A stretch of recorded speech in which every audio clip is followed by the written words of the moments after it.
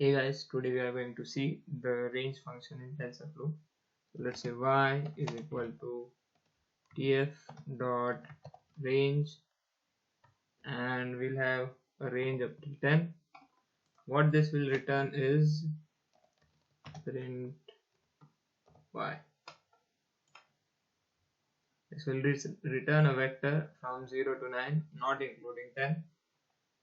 And if we want a step and a start point and an end point, so this is like the start.